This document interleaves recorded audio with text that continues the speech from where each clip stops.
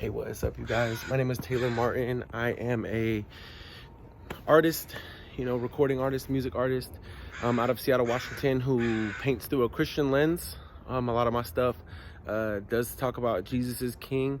And, I was not always a Christian. I used to be a heavy party animal my whole life. Drinking and smoking, just have a lot of issue with drugs and just turning up way too much. But anyways, Jordan Peterson, who is a beautiful soul. I love the brother.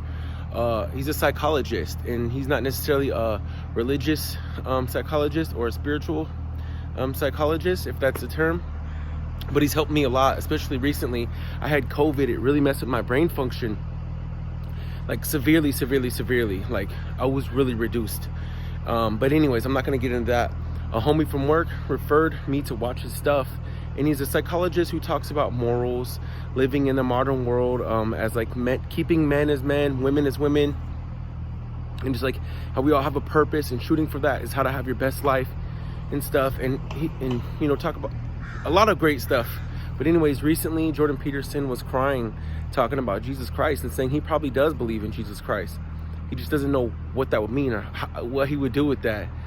So here, I'm about to play the clip, and let me know what you guys think in the end. God bless you. Particular critic that I've been reading said, well, that doesn't differentiate Christ much from a whole sequence of dying and resurrecting mythological gods. And of course, people have made that claim in comparative religion. Joseph Campbell did that, and Jung to a lesser degree, I would say, but Campbell did that. But the difference, and C.S. Lewis pointed this out as well, the difference between those mythological gods and Christ was that there's a historical representation of his existence as well. Now, you can debate whether or not that's genuine. You can debate about whether or not he actually lived and whether there's credible objective evidence for that, but it doesn't matter in some sense because it does, but there's a sense in which it doesn't matter because there's still a historical story. And so what you have in the figure of Christ is an actual person who actually lived, plus a myth. And in some sense, Christ is the union of those two things. The problem is I probably believe that, but I don't know. I'm amazed at my own belief, and I don't understand it. Like, because I've seen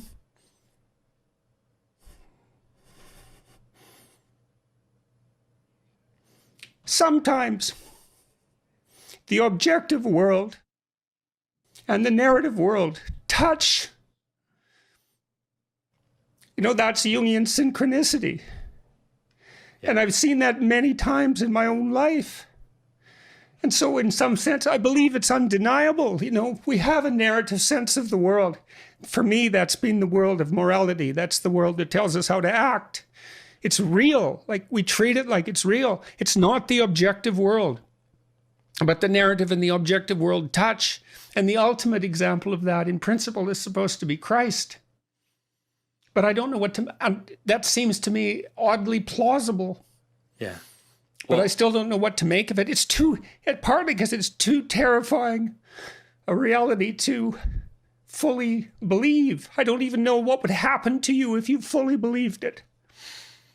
If you believed in the story of Christ, or if you believed that history and let's say the narrative meet, both, I think you, because when you believe that, you buy both those stories. You believe that the narrative and the objective can actually touch.